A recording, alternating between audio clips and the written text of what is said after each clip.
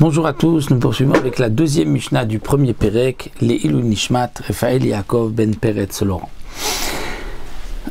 Dans cette Mishnah, nous allons voir concernant le couteau avec lequel nous allons faire la shrita. Il faut faire attention que le couteau soit lisse, bien aiguisé et sans aucune dent. S'il y a une dent ou même une begima, même si le couteau n'est pas lisse, la shrita est psoula. Parce que lorsqu'on va égorger avec un couteau qui a des dents, la dent va arracher le siman, puisque comme nous allons le voir tout au long de notre deux premiers prakim, la shrita se fait sur le canet et le véchet, c'est-à-dire sur la trachée artère et l'œsophage. La shrita doit couper la trachée artère, l'œsophage de la bête, mais pas le déchirer, pas l'arracher. Et lorsqu'un couteau a des dents, il va obligatoirement arracher le siman, et la shrita n'est pas cachère. Ça fait partie d'un des 5 psulim de la shrita que nous verrons Bezrat Hashem, que nous développerons par la suite. Et entre autres, ce issour est celui qui est appelé donc ikour, où on va déchirer le siman. Dans ce cas-là, le siman est pasoul, la shrita est psoula. Lorsque nous avons un couteau, comme ici une sorte de faucille, un outil qui était utilisé pour couper le blé, et il avait deux côtés. D'un côté c'était lisse comme un couteau, mais de l'autre côté il y avait des dents. Est-ce qu'on peut faire la shrita du côté lisse, du côté qui est cachère? Les khatrila non, de peur que l'on va faire la shrita de l'autre côté. Et donc c'est pour cela que la Mishnah nous dit Bediavad ashochet bemagaliad.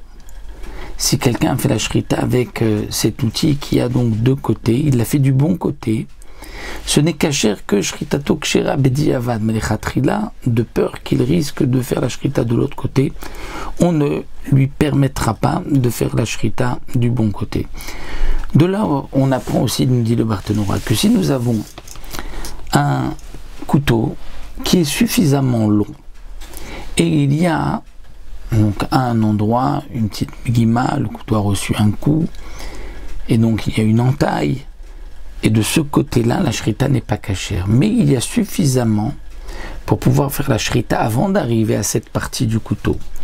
Eh bien, les khatrila, on ne pourra pas faire la shrita avec ce couteau, de peur qu'on va ensuite donc toucher le siman avec cette dent, avec cette entaille, et rendre la shrita pasoul, sauf si on va entourer cette partie du couteau d'un habit, de quelque chose, afin d'être sûr qu'on ne va pas passer cette partie sur le siman. Donc la Mishnah ici nous enseigne la shochet bemagaliad bediavad. Même si on a fait la shrita du bon côté, ce n'est cachère que bediavad, les khatrila. On ne devra pas, de peur que l'on va faire du mauvais côté. De même, si on a fait betsor, betsor c'est une pierre qui est bien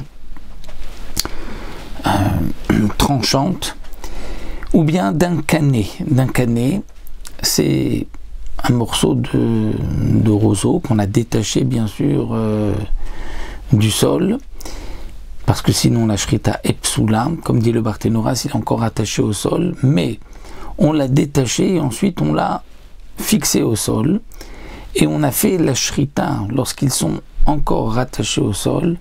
Là ce n'est cachère que bediavad et pas les khatrila. Si ça a été complètement détaché, là c'est cachère même les khatrila. Donc aussi bien ici pour le tsor, c'est-à-dire pour ce morceau de pierre de rocher qui a donc une pierre bien aiguisée, ou bien le canet, le roseau bien aiguisé, mais qui ont été ensuite rattachés au sol. Alors shritato kshera, la shrita n'est cachère que bediavad, mais les khatrila, il ne faut pas, de peur qu'on va donc faire la shrita avec un roseau qui est encore rattaché au sol depuis le début.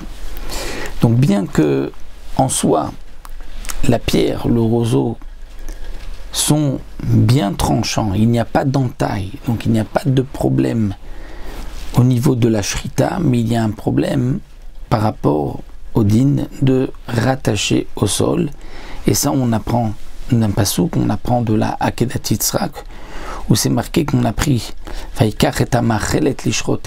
Avram a pris le couteau pour faire la shrita de son fils, et cette shrita était détachée du sol. Donc de là, on apprend qu'il faut que ce soit détaché complètement du sol pour que ce soit caché. Alors bien sûr, un autre point important, c'est que même lorsqu'on a dit ici que la shrita est cachère, lorsqu'on l'avait rattaché au sol, rattaché au mur, mais c'est lorsqu'on a fait passer le cou de la bête sous la pierre ou sous le roseau. Mais si on l'a fait passer par-dessus, là il y a un autre problème, parce que peut-être que la bête étant, le cou de la bête va s'alourdir, va donc forcer sur la pierre ou sur le canet, et à ce moment-là, il risque d'y avoir un autre problème, c'est qu'on va arriver à la fameuse drissa, c'est-à-dire un autre psoul de la shrita, qu'il faut couper avec le couteau, et pas forcer donc d'un coup vertical vers le bas, parce qu'à ce moment-là, on fait une drissa, c'est-à-dire on écrase le siman. Et donc si le cou de la bête se trouve au-dessus de cette pierre, puisque le cou de la bête est lourd, donc on craint qu'il y ait là une drissa, qu'on va écraser le siman sur le couteau. Donc là, on parle qu'on l'a mis par en dessous. Donc la shrita est cachée, comme nous l'avons vu, donc Bediavad, étant donné que ça a été rattaché ensuite au sol. À Kol Shochatin, la Mishnah nous dit, tout Israël qui est compétent, qui connaît les halachot, peut faire la shrita, même les chatrila. Et le Barthénoura nous dit, ceci vient inclure même un Israël qui est moumar les avera achat, c'est-à-dire que il y a une avera où il n'en tient pas compte, il transgresse tout le temps cette avera. Et bien sa shrita reste cachère, même s'il y a beaucoup de averot qu'il transgresse, mais la shrita reste cachère, à condition qu'il ne transgresse pas l'idolâtrie, ou qui ne transgresse pas Shabbat, puisque celui qui transgresse Shabbat ouvertement, c'est comme si il fait de l'idolâtrie, à ce moment-là, la shrita sera psoula. Donc dans ce cas-là, un homme, même s'il transgresse certaines avérotes, mais il est compétent, on pourra vérifier le couteau et lui donner. C'est vrai que lui, on ne lui fera pas confiance qu'il va bien vérifier le couteau, mais si on lui donne un couteau qui a été vérifié, que lui a fait la shrita tout seul, on ne l'a pas vu, et qu'ensuite on voit que le couteau est cachère après la shrita, parce que comme nous le verrons, il faut le faire la bdika du couteau avant la shrita et après la shrita, et bien dans ce cas-là, si on voit que le couteau est bon, la shrita est cachère, même si on n'a pas vu la shrita. Le Barthénoura nous dit les tzedokim, qu'on appelle les karaïm, leur shrita n'est pas cachère, sauf si on a vu la shrita du début jusqu'à la fin. Les olam shochatim, c'est-à-dire on peut toujours faire la shrita le jour, la nuit, s'il y a de la lumière, comme nous l'avons vu, et même en haut d'un toit, et on ne dira pas, tiens, il a voulu faire une shrita aux astres. De même, on pourra faire la shrita sur le haut du bateau, puisqu'on comprend bien que si on fait la shrita là-bas, c'est pas parce qu'on veut faire la shrita à un dieu de la mer, Chas Veshalom, mais c'est parce qu'on ne veut pas salir son bateau. C'est pour cela qu'il va le faire là-bas, donc on ne craint pas qu'il y ait là un rachash, un doute de Avodazar. Ou bakol shochati, on pourra faire la shrita avec tout, que ce soit avec un morceau de verre, dit le Barthénoura, ou avec un morceau de roseau qui est bien. Donc c'est une herbe, dit le Barthénoura, qui pousse dans les étangs, qui coupe comme un couteau, mais pas vraiment le roseau que nous connaissons, qui peut avoir des petits morceaux donc qui se détachent et que là qui risquent ensuite de percer le siman. Là on pourrait arriver à Khalada, ça ce n'est pas cachère.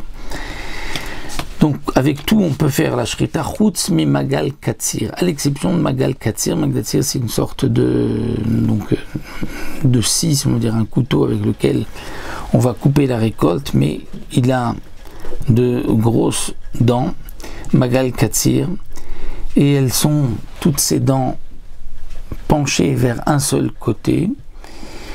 Va Megira, c'est un couteau qui a, qui est vraiment comme une scie, qui a donc des guillemots de deux côtés. c'est pas que les primotes, les dents vont dans un seul côté, elles sont bien donc alignées, symétriques. Veshinaim, de même, si on veut faire la shrita avec des dents, les dents d'une bête qui sont rattachées à la mâchoire de la bête, lorsqu'il y en a 2 ou plus, là aussi ce n'est pas bon. Vatsiporen, ou avec l'ongle de la bête qui est rattachée à la bête, parce qu'elles ne vont pas couper, elles vont déchirer et elles vont étrangler. Nous dit le Barthénora que Chonkim, étrangler, ce n'est pas sur le tziporen, sur l'ongle. L'ongle, c'est un autre problème, c'est parce qu'il est rattaché à la bête. Mais c'est pour les autres que nous avons vu, étant donné qu'il y a des dents, ou lorsque même on parlait de dents de la bête, lorsqu'il y en a plusieurs. Donc c'est comme s'il y a aussi donc, effectivement des dents et que ça va déchirer le siman. La Mishnah continue à Shochet bemagal katsir bederech halichata. Donc nous avons vu ici le magal katsir qui a des dents, mais ses dents sont très très penchées vers un côté. Et lorsque on fait un mouvement seulement vers l'avant, le siman ne va pas rencontrer de dents.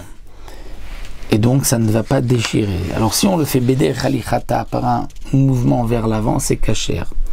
Mais si on ramène le couteau ensuite, donc là on déchire, c'est pasoul. Rabbi Yosef Rabbi Domer Belo Achut. Là j'ai sauté une ligne. Bet Shammai poslim ou Bet Hillel marcherim. Celui qui va faire la shrita, bemagal katsir bederech halichata, c'est-à-dire il va avec ce couteau qui a des dents donc penchées, il va le faire bederech halichata, dans un mouvement vers l'avant. Bet Shammai poslim ou Bet Hillel marcherim. Bet Shammai disent que c'est pas sous les gamrés. On considère que la bête est même nevela, de peur que tu vas ramener, faire un mouvement de ramener vers toi, et là tu vas déchirer le siman. Et Bet Hillel marcherim. Bet Hillel disent non, il n'y a pas lieu de faire de xéra, et la shrita est valable. Mais attention, le Barthénora nous dit non pas qu'on pourra la consommer, d'après tout le monde on ne peut pas la consommer, mais la marloquette entre Bet Shammai et Bet Hillel, c'est est-ce qu'elle est nevela ou pas. D'ailleurs le Barthénora a l'air d'avoir une autre girsa, que non pas Bet Shammai possim, Bet Shammai yomrim nevela, et Bet Hillel disent non, elle n'est pas nevela.